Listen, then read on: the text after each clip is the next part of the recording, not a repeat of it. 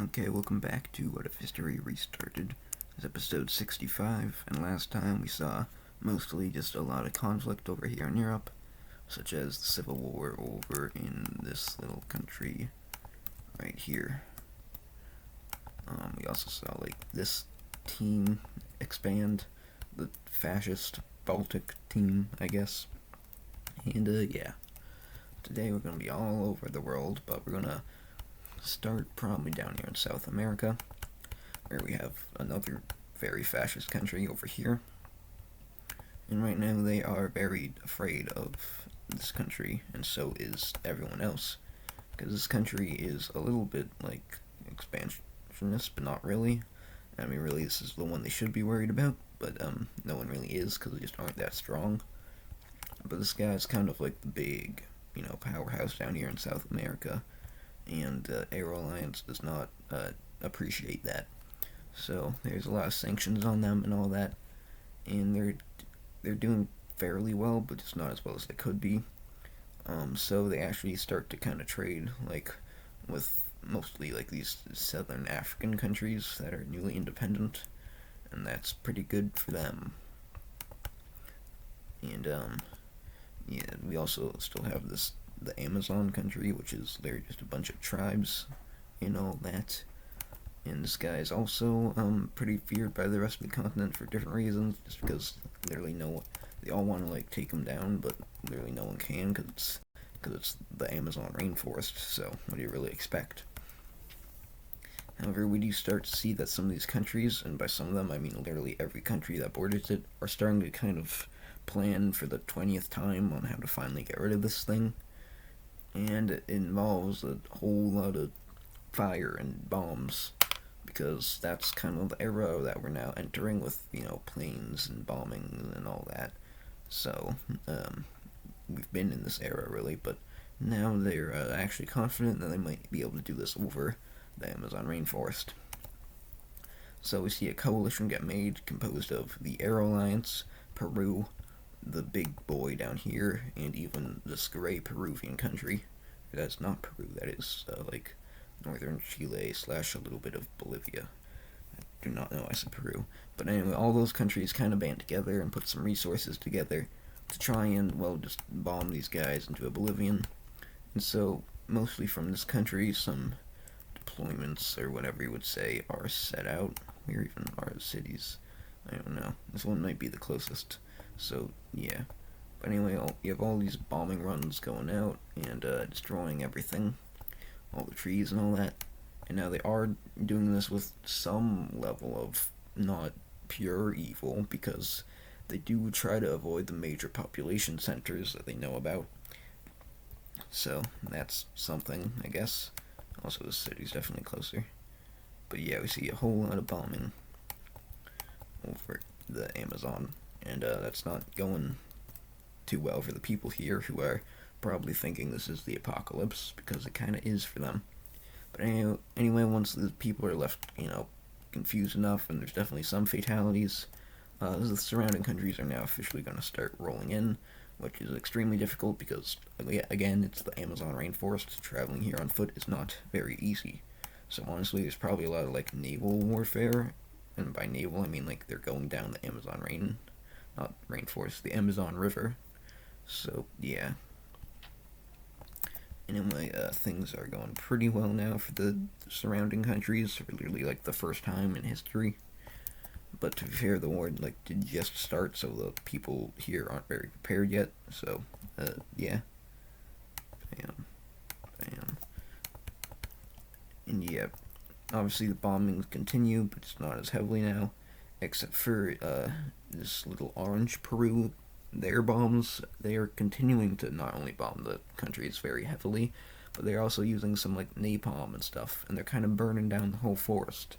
Now, they have a slightly different outlook on these people than the rest of these countries. The rest of these countries see this group of people as just being kind of I don't know how you would say it, they're kind of just a disturbance to them, because they are constantly getting into border skirmishes with these countries, and that's not great for them. Obviously, they don't like that. and so they want to get rid of them just to stop that, and because they want the timber of the Amazon rainforest and all that. So that's most of the country's motive in this war. However, these guys are just kind of racist, and they just really think that these people should like die. So there's a lot of napalm from them, and as you can see, they're definitely doing the most work here. And yeah, it's gonna be awkward for the rest of the year. I almost said European. It's gonna be kind of awkward for the rest of the uh, countries in the coalition because they they want these guys gone, but they don't need to do it that much. But eventually, these guys are getting kind of destroyed here because partially thanks to these guys. Also, they would probably do this, but yeah.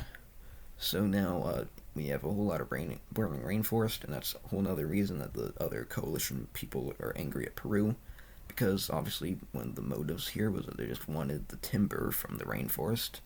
However, obviously Peru was just burnt a lot of that down, so that's not too kind of them. But anyway, we're now gonna look at the peace treaty here. Bam. So first of all, we're gonna see this North Brazil country, I guess you could say. They running low on battery, but yeah, they're gonna get all of this, which is a pretty nice chunk, including the technical capital of this country. But obviously, it's not really a city. In fact, it's so small that it's not even like as populated as one of these major cities out here. Anyway, now looking down here at this, the big country. I don't really know what you'd call this, because like it's kind of South Brazil maybe. I'm not sure, but they get all of that. And then over here we have the Peru country that did all the war crimes and definitely has a lot of prisoners of war that they're torturing, but they're going to get all of that, which makes it odd border, but they're kind of just taking a bite out of these guys. That's what it looks like. The Venezuelan country didn't do too much, so they don't get too much land, and also because I don't want them to touch Peru because it's too hard to tell apart. Then the Ecuadorian, Bolivian, or not Bolivian, Ecuadorian or Colombian or whatever you want to say, Ian country gets that, and we'll just give the rest over to this guy. So there we have it. The tribal country out there in the middle of the Amazon is finally gone. Now, what does this mean exactly? Honestly, not a lot, because really, like, if they wanted to just like go into the Amazon rainforest before, then it really wouldn't be too much different from what it is now. Because before, it was the main issue was just getting attacked by tribal people or just the dangers of the rainforest in general. And most of those dangers are still here because, well, there's definitely less tribal people now, but like them controlling the land still doesn't really do as much like as they were expecting it to, really, because obviously there's still no one else here other than the tribal people. So it was kind of not that useful of a war, but oh well. And they don't really care. So yeah, long-standing effects of this war are just mainly that everyone is kind of on better terms with the big country down here now since they did help out, and everybody is kind of less friendly towards Peru because even they can accept that like all the napalm and prisoners of war were kind of uncalled for. So yeah. Anyway, up here in North America, really not much is going on. These guys still hate these guys, but not enough to actually join the Pentagon Alliance, and plus I think they're like prohibited from it or something. I kind of forget my own series sometimes, I'm sorry. This Floridian country literally has done nothing since it got independence, which was like solid 30 episodes ago. Maybe not 30, but like it was a solid like 20 episodes ago probably. So they're just chilling. And there's just the troops up here. But both the Canadian and, well, the two Canadian countries, you would say, I guess you could say, because these guys are Alaska and these guys are Washington. So yeah, these are like the two Canadian countries. Their whole feud is kind of separate from like the whole feud between all of this down here. They don't really care about all of these guys' anger issues. They just have their own problem. But country that does have another problem over here is this country. Now, if you remember, these guys are like a nature reserve kind of country, so they have a lot of. So the predominant ethnicity is very clearly the native ethnicity, which is literally like the only native ethnicity left in South America, or I mean in the Americas, other than the tribal people down in the Amazon rainforest who are still there. But honestly, because of Peru's whole thing that they just did, there's probably a little bit less of them. Maybe not that much less, but there's definitely less. But yeah, so these guys are kind of just this weird little nature reserve slash, native individuals reserve. I don't know, plantation, I guess you could say. But yeah, they so far haven't really done a lot. They did get invaded by the Prairie slash Purple Canada slash whatever you would call this. So they are a victim, obviously, but they really haven't done much until now, because well, once again they're gonna get invaded, because over here in the Alaskan country, they have, as you can see, a city which is very close to these guys' territory, and these guys obviously some of their obviously like their central government is very cooperative and developed and talks with the other leaders of the more like quote unquote civilized world. However, obviously a lot of this rural area is just like purely native people who really still live like traditionally like it was hundreds of years ago. So some of these people don't really know where the boundary in the border is, and so a group of like native people, well, they go ahead and kind of traverse over the seas here, and they kind of end up in the city illegally, and they don't really do much, but they're just kind of there, and they probably cause a little bit of a ruckus. But Alaska's not too happy about it, and to make matters worse, they just straight up like imprison those guys without talking to the government of this country, which obviously makes them pretty angry. And once that news kind of reaches the other more like tribal people up here, that is not going to sit too well with them, and they're just going to start straight up invading the city because they don't really know that that's a bad idea. So yeah, that happens. Now all of a sudden, Alaska is not too appreciative of these guys, and so Alaska is going to start invading them. Joy.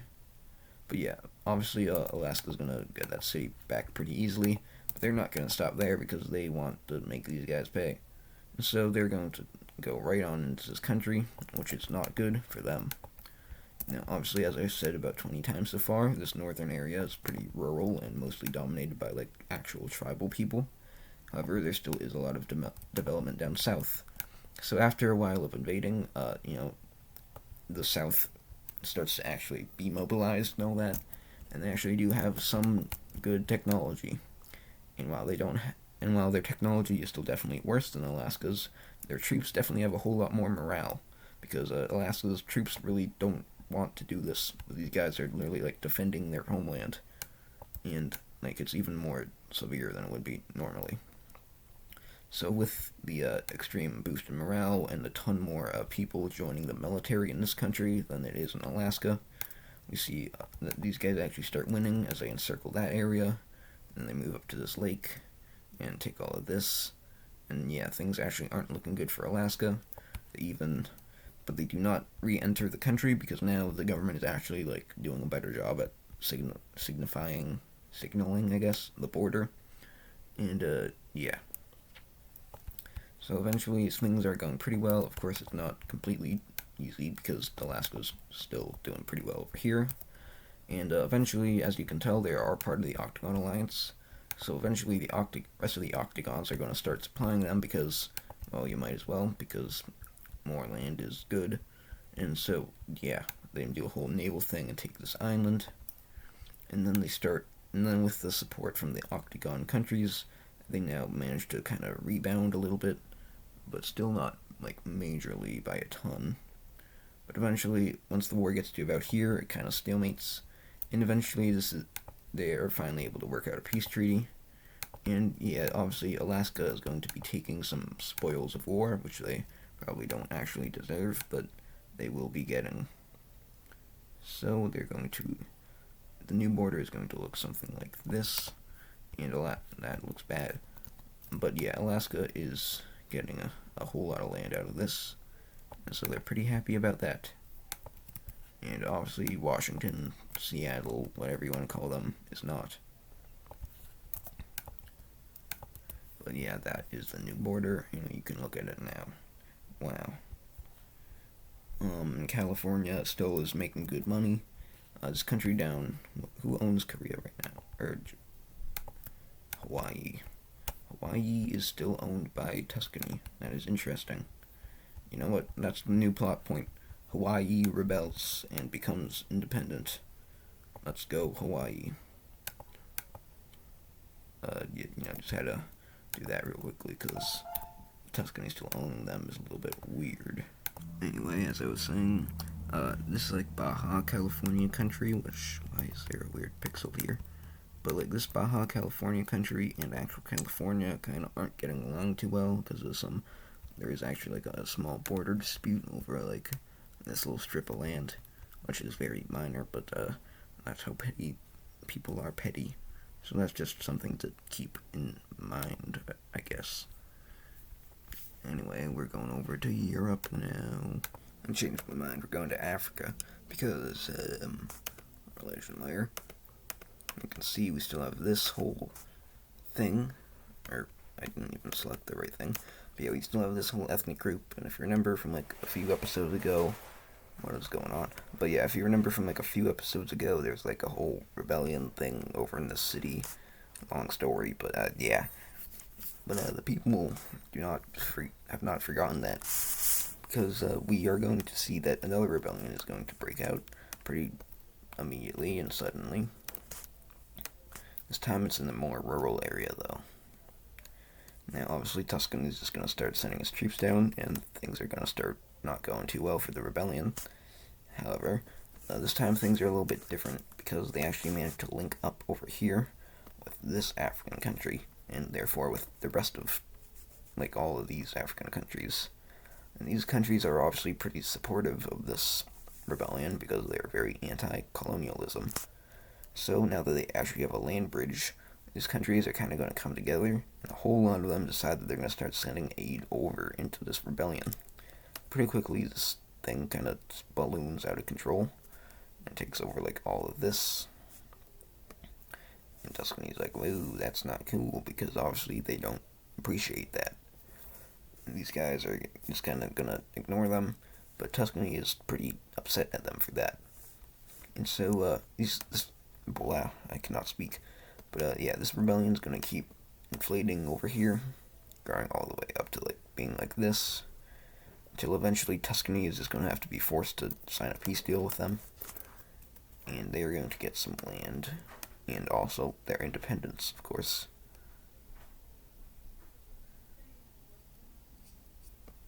I don't like that too much, but we can give them this.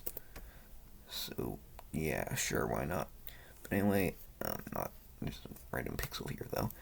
But yeah, as you can see, we now have a brand new independent country, and the rest of Africa is pretty happy about that, because this has been, an issue, because this country has already tried to rebel, and now that I think about it, I think it did have a different color, so let me find that. Okay, well this would be the color, but it's pretty much identical to this country, so we're actually just going to keep it like this. But anyway, yeah, this country is now independent, but because of the whole supporting thing, Tuscany is now pretty angry at all these other African countries, and relations between them have definitely now worsened. So, yeah. Anyway, probably just over in Europe. Well, let's see, how long has this been? 19 minutes. I guess we are going to do power rankings too. But, yeah, so there's 3 things we have left. You know what, let's just do power rankings first. Alright, so, in first place, most powerful country, which, I'm sure it'll come as a surprise, but it is Tuscany. It's been the same since, probably, the 1800s, if not 1700s. But that's kind of how it goes. I think Britain was probably number 1 for that much time in our world, too. But anyway, after that, number 2 is now going to be Golden Horde, and 3 by Call. So, there's their rivalry showing. Anyway, fourth is going to be the Yucatan country over here. And fifth is a little bit more debatable, but I'm going to go with, I'm just going to call it South Brazil. And then sixth is going to be whatever, Gibraltar literally has become a side character, which is kind of sad, but I'll do something with them next episode, I swear. 6 is Gibraltar. 7 is a bit of a toss-up. Looking at things, I think I might give it to California. 8 would be like, probably Oman. 8 is Oman. 9, we could probably give to like, we could give it like South China. Or no, yes, actually. And then 10 would be Cambodia. So we can move it over to the Pacific. But yeah, here is our new top 10 power rankings, which is probably pretty similar to last time. But yeah, South Brazil has definitely gone up by a lot. Now the 5th strongest country in the world. But anyway, some runner-ups we can include. 11 would probably be Peru. 12 might be like Egypt. 13 could be the Latvian fascist country. And like 14, Austria. 15, Denmark. Yeah, that's probably about good. So there's our top 15. Hooray. Look at it real nice. Okay, anyway, second to last event. Over here in Tuscany, nukes are almost finished. These guys have been working on nukes for a while, and really they're the only country in the world that's kind of getting close to it. Surprisingly, the next closest would be California, who's the sixth, I think I put them at like 7th place. But yeah, they are actually developing nukes as well. But yeah, Tuscany is definitely a lot further ahead than California. And the nukes are probably projected to be finished in like a couple of years. And they're already sort of testing out their like prototypes. And I'll let you guess where they're testing them out. But yeah, in their colony down here. Probably, they might just do it in the middle of Sahara. Would that like cause a massive dust storm? I don't know. Maybe Egypt would not like that. I don't know. Why does Egypt have like a city out in the middle of the desert? But I don't know. We're just gonna keep it, I guess. But yeah, Tuscany's nukes are almost finished. But anyway, for the very last event of this episode, which is actually pretty important, we're gonna be looking at the thumbnail location. That's right, the Mediterranean. Because, some suspicious activity has been going on here. Tuscany obviously has its colony down here, and they also own Corsica and Sardinia, as well as just, northern Italy.